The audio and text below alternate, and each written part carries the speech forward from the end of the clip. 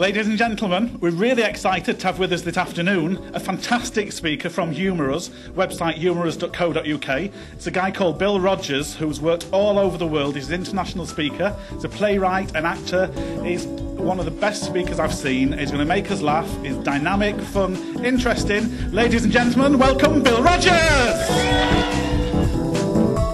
God, there's a lot of you, isn't there? I am Bill Rodgers, as it says there. I am an actor, theatre director. And I feel, an expert in humour in the workplace. Having a bit of fun at work, having a laugh at work, having enjoyment at work. And I'm here to tell you, ladies and gentlemen, believe it or believe it not, that every single one of you in this room has a sense of humour. Yes. I do like to pause at that point and go, well, Bill's never met Mark on a bad day.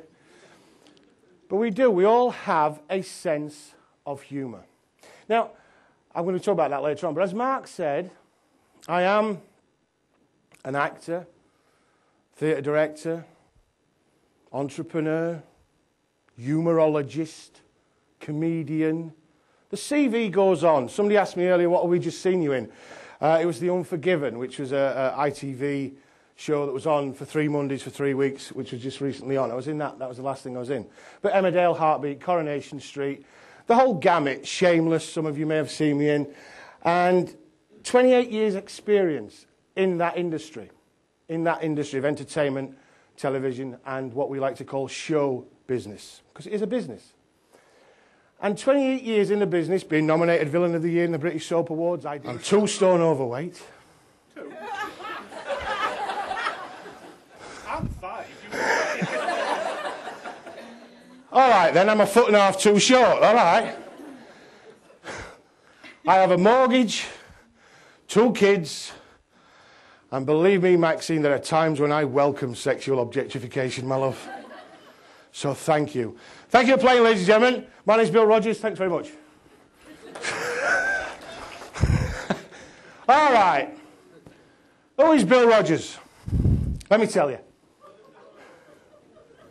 What are you laughing at? This is why I went into show business. Believe me, it's black and white. That's yellow stretched lycra.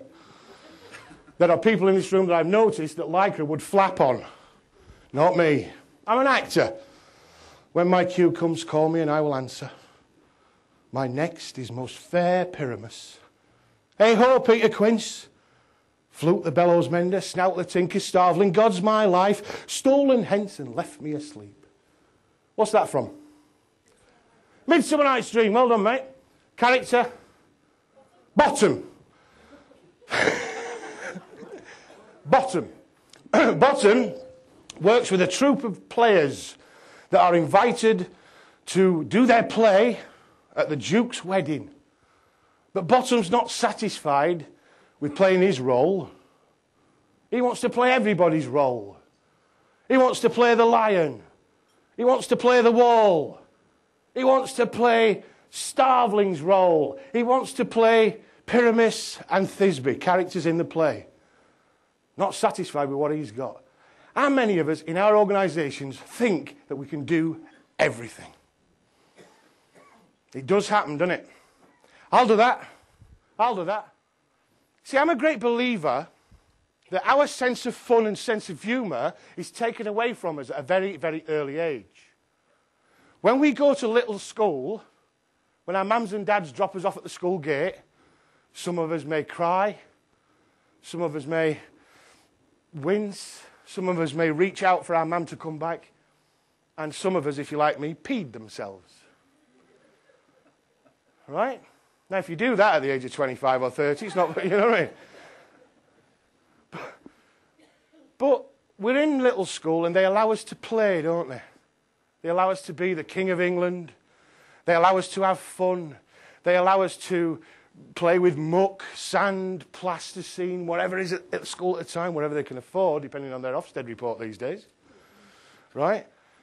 But for that 4 or 5 years that we're there, it's great fun. We're allowed to play, have fun, and use our sense of humour that we're born with, in that school environment. And then we get to 11 and 12, don't we? And we have to make our choices. And we get our uniform. And we go into the school that's big corridors, with big teachers, with big ideas. No blackboard anymore, it's one of these things. And we start to have a bit of a giggle and a bit of a laugh.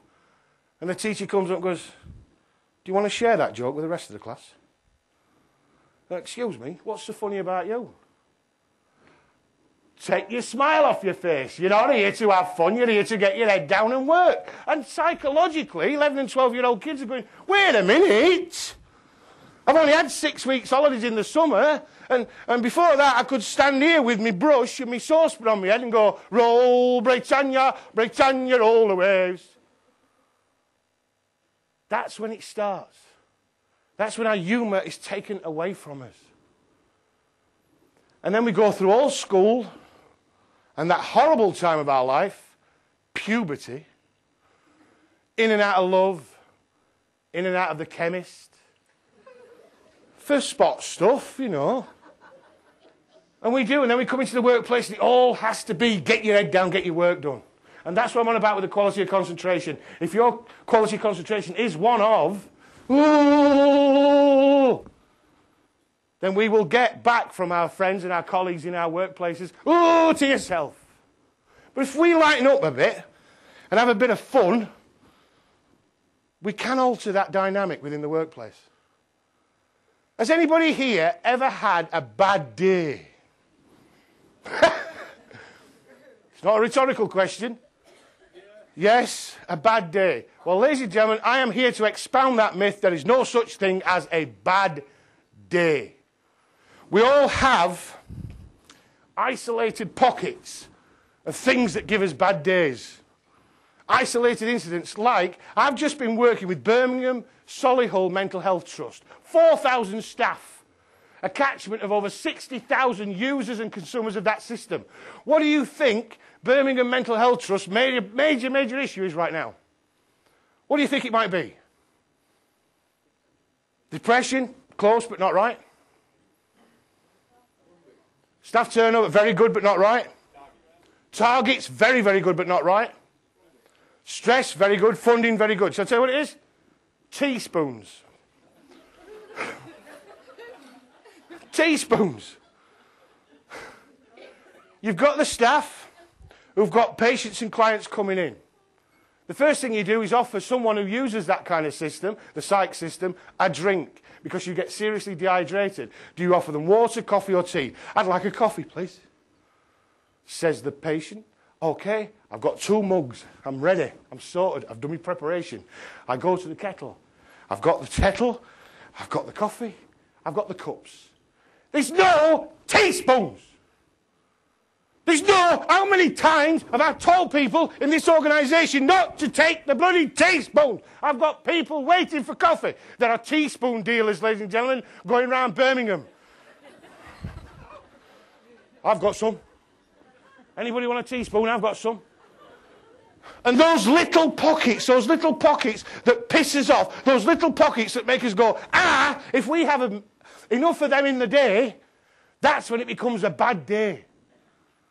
How was your day, darling, after you found your keys? Oh, it was all right, but it was a really bad day, because, I mean, that was the worst. That wasn't the worst thing. The worst thing, I had all these people, and the phone, and me Firefax, and me BlackBerry, and I couldn't find a spoon! And then it becomes an horrendous day because you can't find a bloody teaspoon. My name's Bill Rodgers, B-I-L-L. One of the L's is silent.